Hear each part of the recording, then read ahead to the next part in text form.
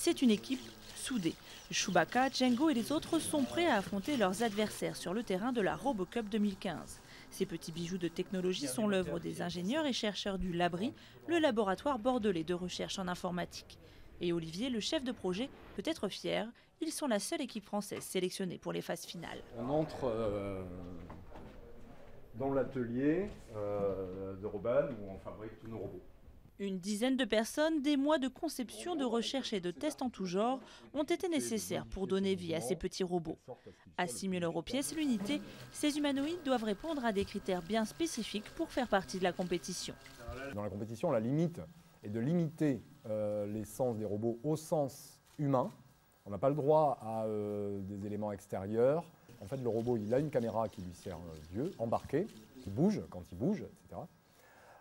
L'équivalent d'une oreille interne, des capteurs sous les pieds qui lui servent de voûte plantaire.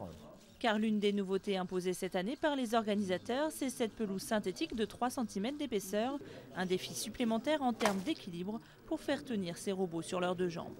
Reste la règle la plus importante de ce concours, l'homme ne doit pas intervenir dans les phases de jeu. Les robots sont autonomes, ils prennent des décisions tout seuls. Un des aspects qui est particulièrement difficile et original, c'est l'aspect humanoïde, c'est-à-dire qu'on a des problèmes de locomotion, on a des problèmes de motricité, mais aussi des problèmes de vision, c'est-à-dire qu'on doit être capable de détecter où est la balle, de prendre des décisions de manière autonome, c'est-à-dire qu'on programme les robots et ils se débrouillent tout seuls une fois qu'ils sont sur le terrain. Comme savoir se relever après une chute, par exemple. Une autonomie rendue possible grâce à des dizaines d'heures de programmation pour envisager tous les cas de figure possibles sur le terrain. Première difficulté, se repérer sur la surface par rapport aux autres robots et surtout distinguer la balle.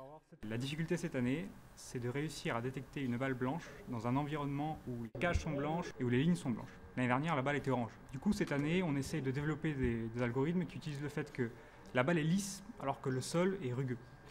Face aux favoris japonais et aux 18 autres équipes venues du monde entier, les Français auront fort à faire lors du championnat en Chine. Si l'enjeu n'est pas financier, c'est avant tout la reconnaissance de leur travail qui les motive.